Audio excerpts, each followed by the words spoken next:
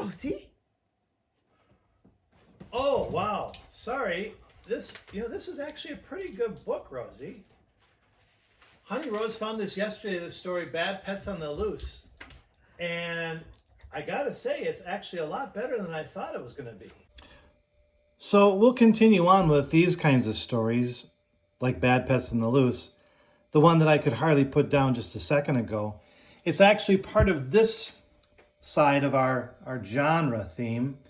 We're looking at different genres, and we were focusing on two sides yesterday, the fiction side and the nonfiction side. And today, we're going to just kind of zoom in and focus on the nonfiction side. This is what we'll spend our time now these next few weeks as we look at books and stories that are true, they're real. They're things like history. Histories, as I mentioned yesterday, like what was Pearl Harbor. Real events, real history, things from our past. Do. And as we continue on, like I said, there's a lot more on this list that we could put in. But what we're going to start to look at is what makes them nonfiction? What inside of these stories, like what was Pearl Harbor and even Bad Pets on the Loose, what makes these kinds of stories nonfiction stories? What in them makes us understand that they are part of this side, that they're true and that they're real? So you can't forget about this side, fiction, because we're going to come back to that. Fiction is the kinds of stories that are not true. But as we look at genre, we're going to now zoom in mostly with nonfiction for a while. In our first few readings, you'll see go along with this side of our chart, the nonfiction stories. Say, Honey Rose, we got to get back to work. It's time to stop playing around.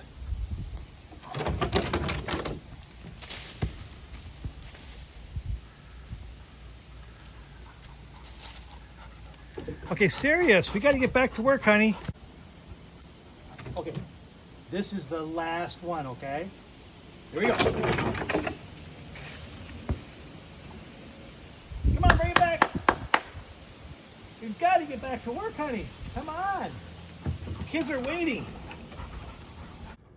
Good job, Honey Rose. Getting yourself ready to move on to the next step with our genre lesson. Let's take a look at what we're going to do.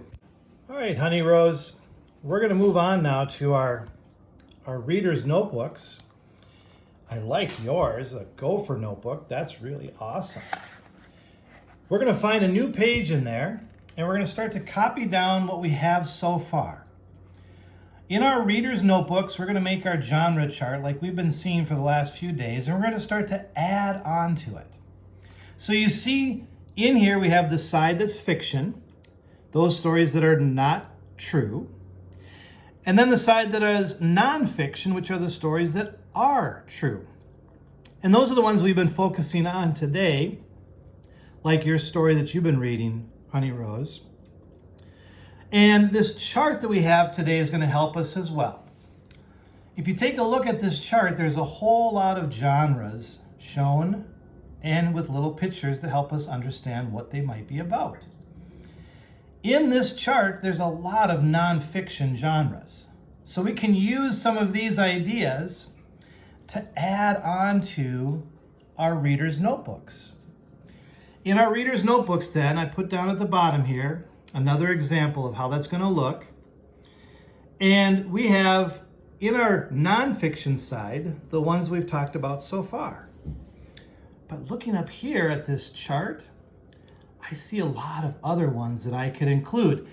And from that, I'm going to pick from the ones up here, I'm going to pick the music next. So over in my nonfiction chart, number 6, I'm going to add that music books are also nonfiction genres. That came right off of this chart. I found it right here. The music genre. That would be nonfiction. I'm also going to look on this chart because some of them on here might be nonfiction, but some might be fiction too. So you got to be careful when you look through this. But a lot of them on here will help you as you make your chart right there. Now, you can think of some on your own too. You don't just have to use this particular chart. You can think of some other examples. Notice I went up to number 8. In my notebook here, I have number 9. Maybe you have 10. Maybe you have 11. Maybe you have 15 different genres that you can think of for nonfiction. Maybe you want to go online and Google what are some nonfiction genres and start to make your list using some ideas from that. Don't worry about the fiction side. We'll come back to that later. But let's start adding on to our genre chart and start to get some more listed down below here. 7, 8, 9, 10. All right. What do you think, Honey Rose? Honey? Honey Rose? Oh, are you getting kind of tired, Honey Rose? Well, I tell you what, you can get yourself a little snack and then we'll start working.